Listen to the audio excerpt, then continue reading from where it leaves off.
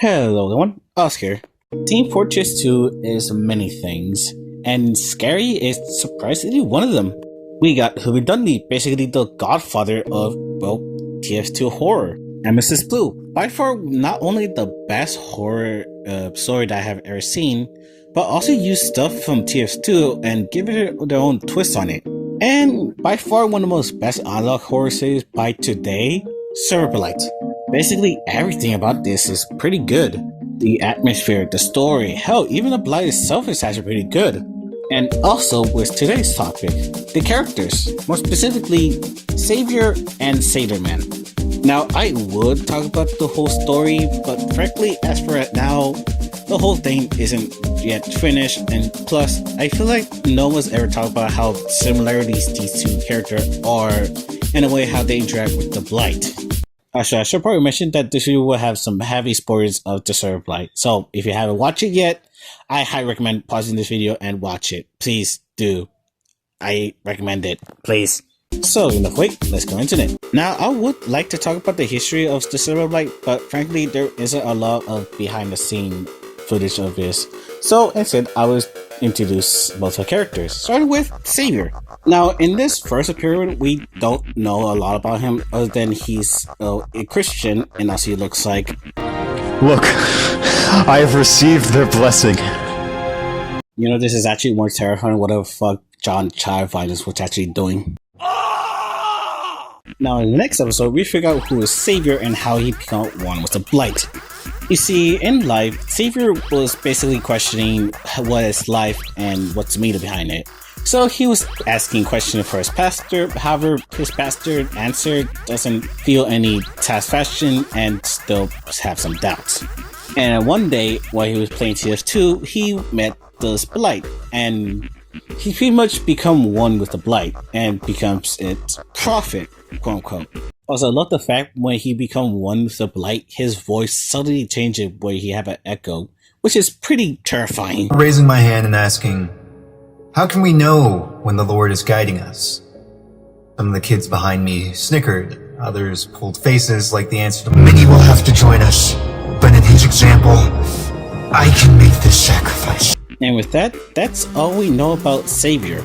Other than we know that they make a deal with each other with, in return, Savior becomes the eyes and mouths of the blight. And with that, I guess we pretty much move on with the next character. And funny enough, the same episode where we meet Savior is the same episode we meet SailorMan. You see, our protagonist just realized that another person was also encountering the Server Blight and basically thought America is its own sightings. I'm not going to go in detail in this video because A is pretty much another person encountering the blight, but however in the next video where SailorMan upload is important. You see, in this video, SailorMan discovered another player, which is the same guy who is in the Proxy episode, explained that his roommate got caught by the blight and now he's in a coma-like state. However, it doesn't end well for the demo man because he was also captured by the blight, and pretty much that's the end of this episode. Alright, for now for the newest episode where I should probably mention this one more time because I know none of you watched the fucking Server Blight, so I say this once again. This review might ruin your experience of the entire series if you haven't seen it, so I highly recommend clicking out the video and watch the entire series. Hell, I might give you a second to fucking do it. Y'all good? Alright, great. Let's do this. So yeah, it revealed that SailorMan knew this whole time, and the way they reveal it is kinda rad, to be honest. When you play the game with it, it pulls you in. And it never lets you go. I know.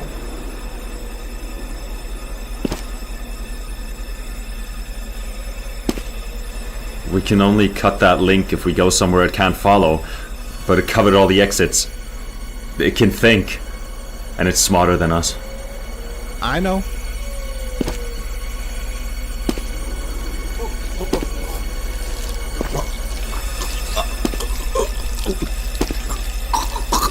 We could throw our bodies beyond the map borders, but we'd need to damage ourselves, and it's guarding the spawn room.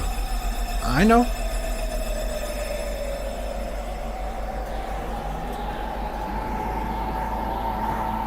What? You knew. Of course I knew. What, did you think I wouldn't?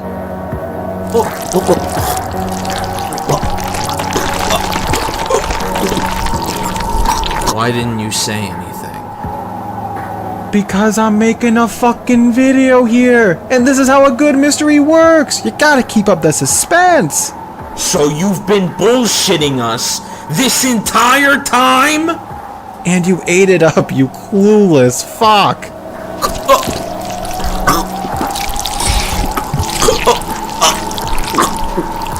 People died! No, characters have died. Characters for a YouTube video. And guess what? No one gives a shit. Because the people who make me all my money, none of them actually play this shitty game. You know that's right, right? They don't think, they don't care, they just watch. They're just along for the ride, and I fucking love them for it.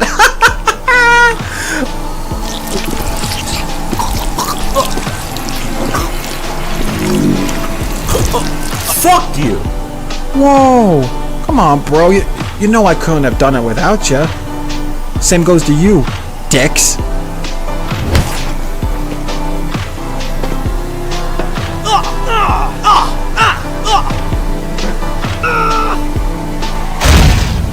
So yeah, it revealed that SailorMan used them for bait, and in return, he would become famous.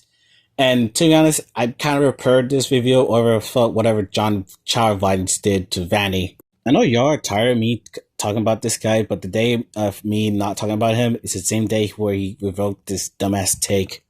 At the end of the day, however, there's no easy way to say that.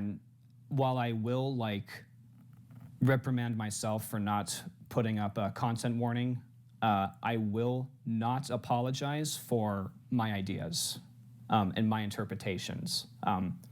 That's me. That's who I am as a horror creator, as a guy who commissions art. That's what I want to see. And if you don't like it, honestly, complain about it, but, click away. Move this man! So yeah, that's pretty much it.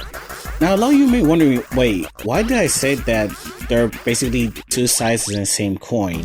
Well, personally, I think they're both using the blight in their own way. However, there is a difference. You see, one of them is thinking they're helping other people.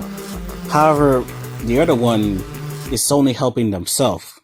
Now, the reason why I come to this conclusion is because, well, I noticed a similarities between both Savior and SailorMan. Like I said at the beginning, SailorMan is only doing this for a selfish reason, while Savior is doing this for a selfless reason. However, the only difference is that, well, one of them knew the whole time, while the other one don't. You see, I personally think that Savior, although gullible, is not inherently evil, unlike SailorMan, thinking that they're actually helping someone, but actually sending them to their doom unknowingly. However, on the other hand, we got SailorMan, someone who knew that the Blight is an evil monster, but couldn't comprehend that he's actually killing, well, real life people, and thinking that they're just characters on the screen. Hence why I think both SailorMan and Savior are two sides of the same coin. On one side, Savior is doing this thinking that they're actually helping people, but in actuality is sending them to the doom. And on the other hand, SailorMan is doing this for his own gain, not knowingly that they're actually real life people, sending them to their doom. And with that, I'm basically done with this video. Sorry if the video feels rushed. I basically finished this in a day, so sorry if there's some stuff that doesn't make sense fully. So yeah, other than that, I got nothing to say. Other than see ya, I guess.